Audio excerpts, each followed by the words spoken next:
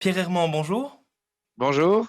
Donc vous êtes le CEO de Finance and Invest.Brussels. Donc rappelez-nous peut-être en deux, trois mots pour commencer, c'est quoi les grandes missions?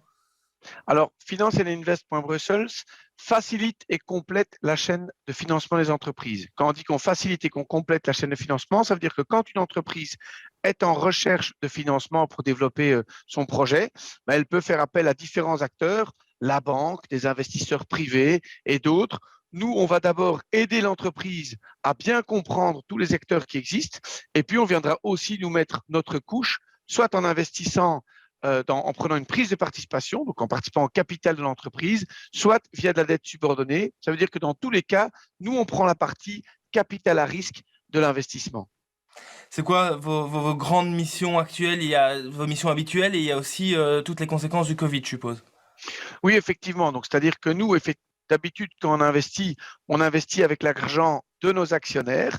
Et un de notre dizaine d'actionnaires, et d'ailleurs c'est le plus important, c'est la région bruxelloise. Donc ça, c'est un de nos actionnaires. Et puis alors, parfois, la région nous confie aussi ce qu'on appelle des missions déléguées. C'est-à-dire que là, on reçoit l'argent de la région et avec cet argent, on a pour mission de l'injecter en fonction d'une politique spécifique du gouvernement. Et pendant la crise, à plusieurs reprises, la secrétaire d'État, Barbara Tract, au nom du gouvernement, nous a confié des missions, notamment pour soutenir spécifiquement l'ORECA, pour aussi faire un prêt qu'on appelait Oxygène, par exemple, pour les toutes petites entreprises, puisqu'on soutient aussi bien les toutes petites entreprises que les startups scale-up et PME bruxelloises. Donc, on est dans des boîtes, on peut être dans le cordonnier du coin, comme on peut être, par exemple, dans des actions qui ont soutenu autrefois Delvaux, qui soutiennent encore, par exemple, Viangro, qui est un partenaire que l'on apprécie beaucoup. Est-ce que le Covid n'a pas justement été un frein pour les activités de Finance and Invest Brussels, vu que bah, finalement on pourrait se dire si l'argent va d'un côté, bah, il va pas de l'autre côté. Mais pendant la crise, il y a eu vraiment un grand besoin, c'est-à-dire que les entreprises avaient besoin de financement. Par contre, le paradoxe, c'est que normalement, on dit que pour créer de la richesse, les entreprises ont besoin d'investissements qui doivent être financés et rentables. Ici, en fait, c'était plutôt un investissement pour venir boucher un trou, parce qu'il y avait du jour au lendemain bien, plus de chiffre d'affaires. Et donc, on devait aider les entreprises à littéralement faire une épreuve d'apnée, un peu de se mettre sous l'eau, et donc, pendant ce temps-là, ben, pour leur permettre de payer les frais fixes, eh bien, nous, on a fait une série de prêts et de produits financiers à côté des primes que faisait aussi le gouvernement. Donc, paradoxalement, pendant la crise, eh bien, nous avons été là pour aider les entreprises. Donc, on a eu beaucoup d'entreprises qui sont venues nous demander un prêt. En 2020, ça nous a fait un total de 327 prêts. Et là, ici, pour 2021, prêts et investissements. Et ici, pour 2021, on sera largement au-delà des 400 interventions. Alors attention, hein, ce n'est pas une prime. Hein, donc, une intervention, ça nécessite une analyse, une note d'une dizaine de pages pour bien comprendre le business model, bien comprendre pourquoi l'entreprise est là, quelle est sa capacité de remboursement. Donc, ce sont des investissements importants qui peuvent aller parfois jusqu'à 5 millions d'euros. Donc voilà, c'est différent d'une prime, par exemple, de 1000 ou 2000 euros ou un peu plus, qui peut s'octroyer parfois de manière automatique. Ici, c'est vraiment au cas par cas, en fonction de l'entreprise et sur base d'une analyse.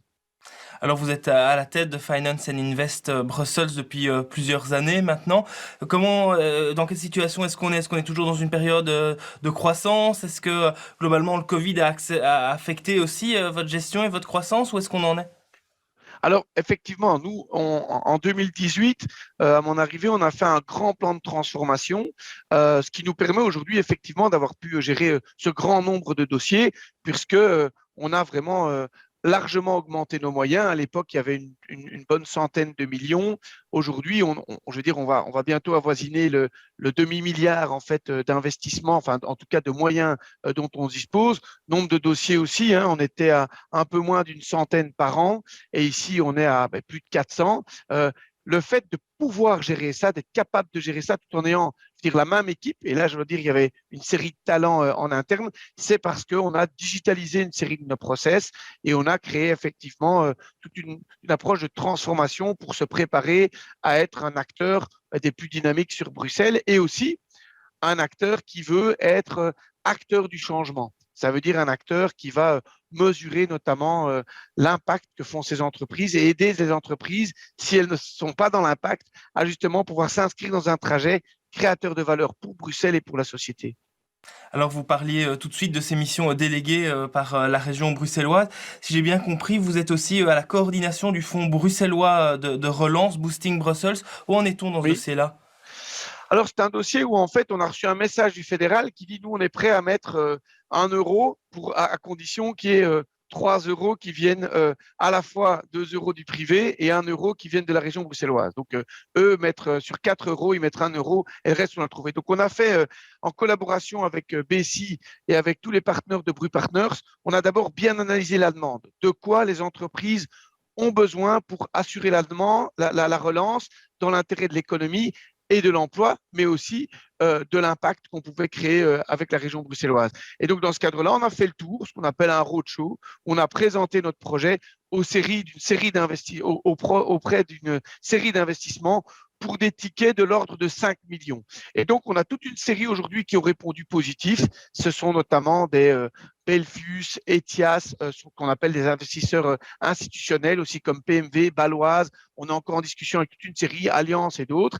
Et ensemble, on va amener, je crois, le ticket final sera un fonds qui fera de 70 à 80 millions d'euros et donc qui viendra encore effectivement s'investir dans les entreprises sous forme de dette subordonnée, c'est-à-dire une dette risquée, subordonnée en tout cas à la banque. Ça veut dire que s'il y a un problème, la banque récupère son argent et puis seulement on vient après. Donc en général, c'est qu'il ne reste pas beaucoup. Mais donc ça veut dire qu'on fait vraiment du capital à risque pour aider les entreprises dans leurs projets ambitieux.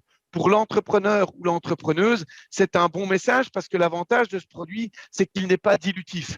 Donc, on vient prêter à l'entreprise sur base d'un business plan qu'on a analysé, mais on ne vient pas se mêler de sa gestion une fois que le projet est lancé. Par contre, on lui demande de faire aussi un trajet créateur de valeur pour l'entreprise et notamment un trajet d'impact en lien avec les SDGs. Alors, c'est pas qu'on vient de demander à la boîte de faire 100% d'impact, c'est pas ça. C'est qu'on vient essayer de les aider à créer de la valeur. Par exemple, s'ils ont un grand hangar, ça peut être un projet de relighting, changer par exemple toutes les ampoules en les remplaçant par des LED. C'est des choses qu'on peut faire et qui seront bénéfiques à l'entreprise aussi, puisqu'elle leur sera économisée tout en étant bénéfique pour l'environnement. Et on essaie d'inspirer les boîtes. On ne les oblige pas, mais on voit qu'en général, ça les inspire beaucoup et qu'elles s'inscrivent dans un trajet qui, in fine, leur fait encore gagner plus de clients. Pierre Herman, on le rappelle, donc vous êtes le CEO de Finance and Invest. Bruxelles, donc c'est le véhicule d'investissement de la région bruxelloise. Merci à vous.